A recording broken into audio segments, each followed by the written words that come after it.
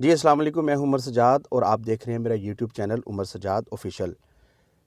साबिक़ वज़ीर-ए-आज़म इमरान ख़ान साहब को तीनों केसेस में सज़ा सुनाई गई। साइफ़र केस और उसके बाद तोशाखाना केस, फिर इद्दत से पहले निकाह वाले केस में भी सज़ा सुना दी गई। तो इससे पहले भी साबिक़ वज़ीर-ए-आज़म नवाज़ शरीफ साहब के साथ ही तकरीबन ऐसे ही हुआ है जैसे अब इमरान ख़ान साहब के साथ किया जा रहा है।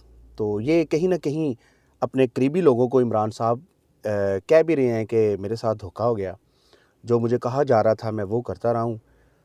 तो उसका नतीजा ये है कि अब मुझे ये जेलों में और मेरी बीवी को ज़िल्लो-ख़्वार कर रहे हैं। ख़ैर, ये तारीख़ आप उठा के देखें तो आपको पता चलेगा कि कितने वज़ीर-ए-आज़म जो हैं इसी तरह भुगतते रहे हैं और एक और वज़ीर-ए-आज़म इन्होंने साबका वज़ीर-ए-आज़म भुगता दिया।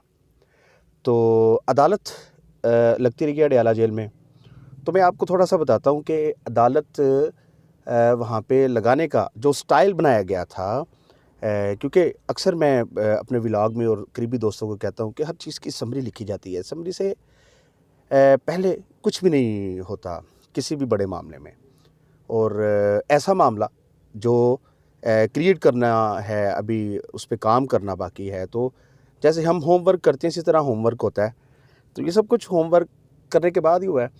चलें खैर, अडयाला जेल में अदालत लगाई जाती थी जो, तो उसका तरीक़ाकार ये होता था कि इमरान ख़ान साहब अपने कैबिन में आके बैठ जाते थे। कभी-कभार उनके वकीलों को अंदर जाने की इजाज़त मिल जाती थी, कभी-कभार तारीख़ डल गई तो कई-कई घंटे जो है वो केस चलता रहता था। तो इसी तरह केस जब वहाँ पे सुना जाता था, केस की समाअत होती थी, जज साहब आके बैठ जाते थे। पिछले दरवाज़े से आए जज साहब और जज साहब ने इमरान ख़ान को तलब कर लिया अदालत में और केस सुनना शुरू हो गए।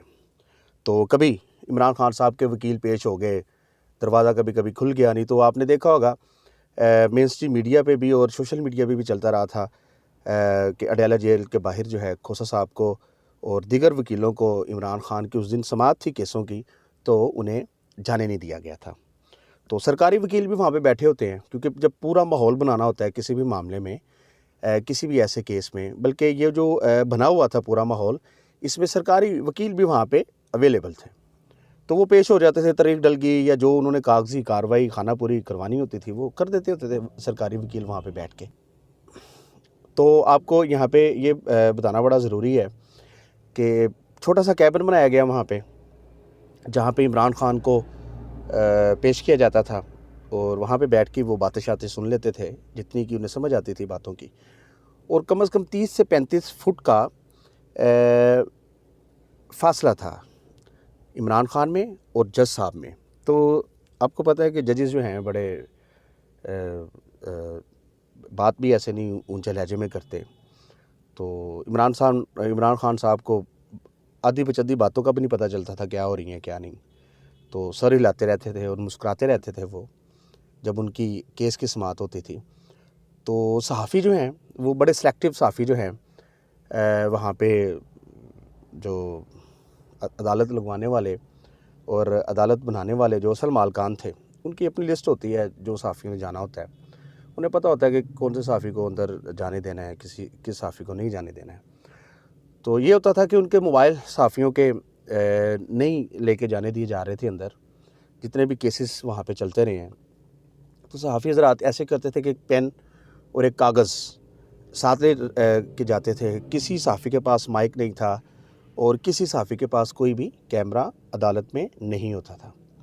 तो सहाफ़ियों की अगर मैं बात बताऊँ तो वहाँ पे सहाफ़ियों के लिए बहुत छोटा-सा कैबिन बना हुआ था और सहाफ़ियों को दाखिले के बाद एक बंदा आके बाहर से ताला लगा देता था कि यहाँ पे नकल मकानी ना हो, सहाफ़ी बाहर ना आ जाएँ या जो बाहर खड़े हुए सहाफ़ी हैं वो अंदर ना चले जाएँ। ये जनाब वहाँ पे सीन होता रहा है इमरान ख़ान साहब के साथ। तो उसके बाद ये भी बताना बड़ा ज़रूरी है कि फिर अगर जेल बनाई, वहाँ पे जेल का पूरा माहौल बनाया, तो फिर वहाँ पे ऑडियंस की भी तो ज़रूरत थी ना। तो इस तरह होता था कि इमरान ख़ान साहब को जब बाहर निकाला जाता था, जेल सजा दी जाती थी, तो उसके बाद ऑडियंस के लोग आज तक नहीं पता चला कि वो कौन लोग थे, किधर से आते थे वो। एक दो दफ़ा सहाफ़ियों ने और जज साहब ने पूछा जी आप कौन, उन्होंने 2 मिनट सोच के कहा जी बल्कि 2 सेकंड उन्होंने सोच के कहा जी हम रावलपिंडी से ही हैं और हमारा नाम इमरान है। तो आपको पता है कि रावलपिंडी से ही है सब कुछ चलता ही भी उधर से ही है, ज़ाहिर बात है। अदालत भी अगर उधर ही लगी थी तो सब कुछ वहीं से टैकल किया जाना था ना। तो ऐसे करके इमरान खान साहब जो हैं अदालत में पेश होते रहे हैं। तो जो फ़ैसले होते थे तो वो एक कैमरा, बल्कि मैं आपको बताता हूँ, ये कैमरा भी लगा हुआ था अदालत के बिल्कुल इमरान खान को जो फोकस कर रहा था, और एक कैमरा जो है वो दूसरी साइड पे लगा था जहाँ पे जज साहब बैठ के केस की समाअत करते थे।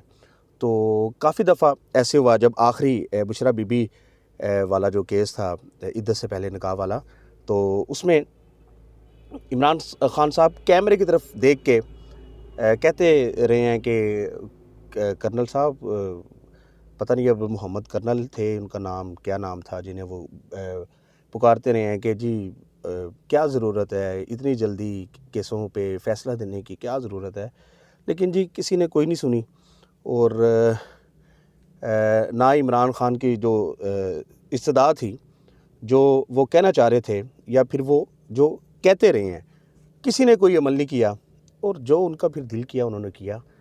तो इमरान खान साहब ने भी जब साबिक़ वज़ीर आज़म नवाज़ शरीफ साहब नाअहल हुए तो मिठाइयाँ खाई थी, ऐसा नहीं करना चाहिए था।